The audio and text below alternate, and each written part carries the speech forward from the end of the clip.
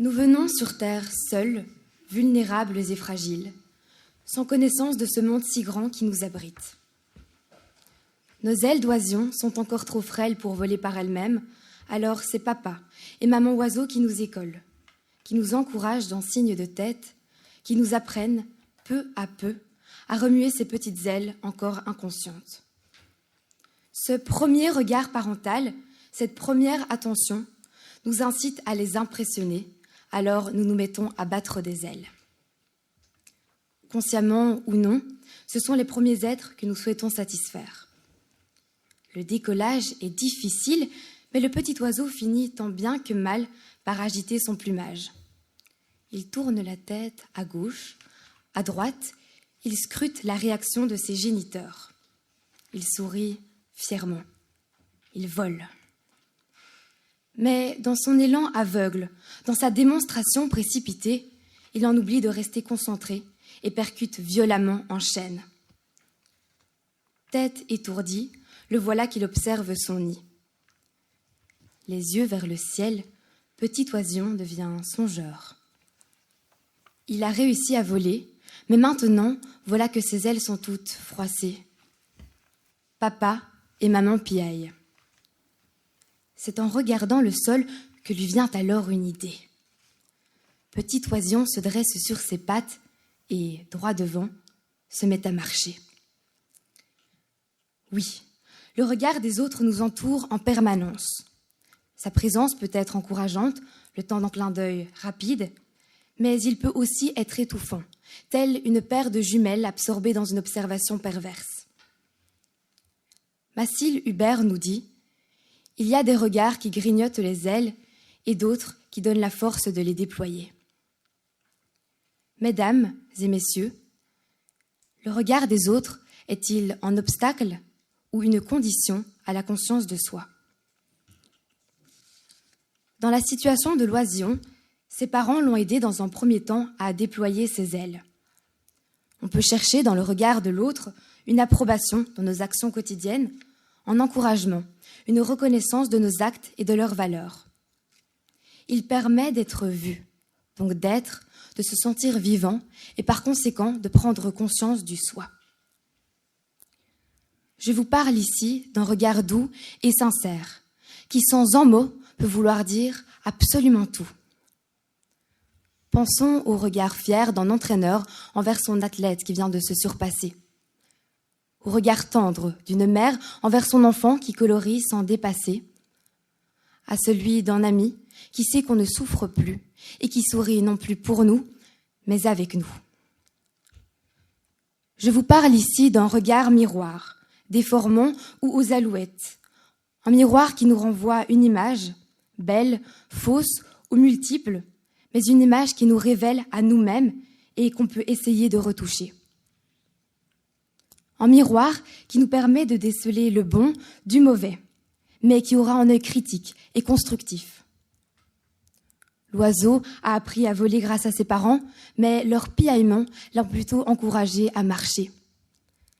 Le texte que je vous présente ce soir a pris son élan dans les remarques positives et négatives de mes proches. On dit d'ailleurs que c'est dans l'erreur qu'on se construit, pas seulement dans la réussite.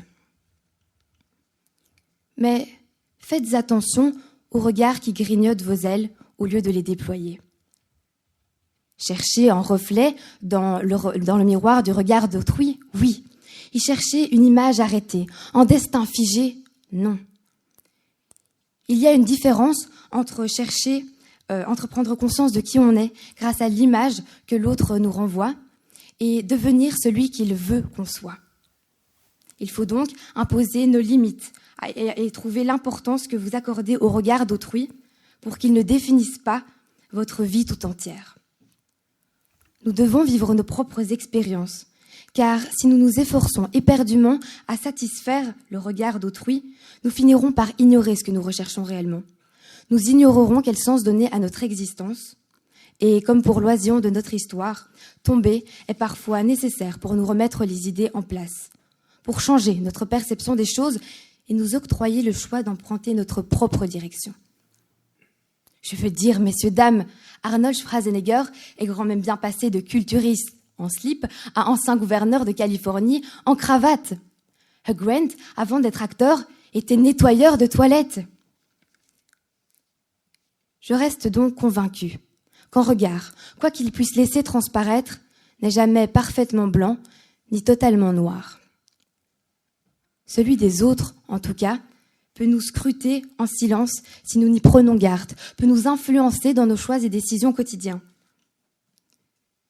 Je parle de toutes ces gamines encore trop jeunes et trop immatures qui ont perdu l'équilibre dans le gouffre des réseaux sociaux. Je parle de tous ces jeunes incapables de discerner leur propre goût et qui trop rapidement se sont perdus dans les tendances communes. Je suis bien placée pour le savoir, car je subis parfois aussi cette influence. Tant pis si j'attrape la grippe, je ne vais quand même pas porter en bonnet. Qui en porte encore un? C'est trop la honte. On préfère tous se camoufler sous des couches et des couches de maquillage, car c'est la gêne de montrer notre vrai visage. Donc oui, le jugement des autres nous contraint parfois à adopter un comportement contraire à celui que nous adopterions naturellement.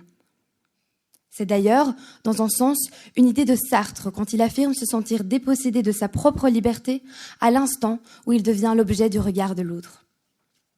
Mais ne vous méprenez pas, loin de moi l'idée de me priver de ce miroir nécessaire qu'offre le regard d'autrui. Le message que je souhaite vous faire passer, c'est qu'il est légitime de grandir accompagné, essentiel d'être entouré dans son parcours de vie, mais à condition que la décision vous revienne de choisir la voie principale, ainsi que les précieuses personnes qui vous épauleront, et dont le regard, même en période de crise, restera sincère et constructif. J'ai la chance d'en avoir déjà trouvé quelques-unes, mais il m'en reste encore d'autres à trouver. Celles qui sauront trouver les mots justes pour me réconforter, ou se taire pour me laisser réfléchir. Elles auront toujours un bon conseil à donner, mais elles me laisseront l'honneur de prononcer le dernier mot. Et peu à peu, j'apprendrai à me connaître. Je saurai prendre conscience de ce que je désire, prendre conscience de ce qui est bon pour moi. Le regard de l'autre est ainsi un bon adjuvant, tant qu'il n'est ni tyran, ni créateur de notre destin. Cher public, notre petit oisillon a appris à voler sous le regard bienveillant de ses parents, mais il a eu le courage de devenir lui-même en décidant de marcher. Que lui est-il arrivé? Où est-il allé? Seul lui le sait. Et ses parents, à qui il rend régulièrement visite. Merci.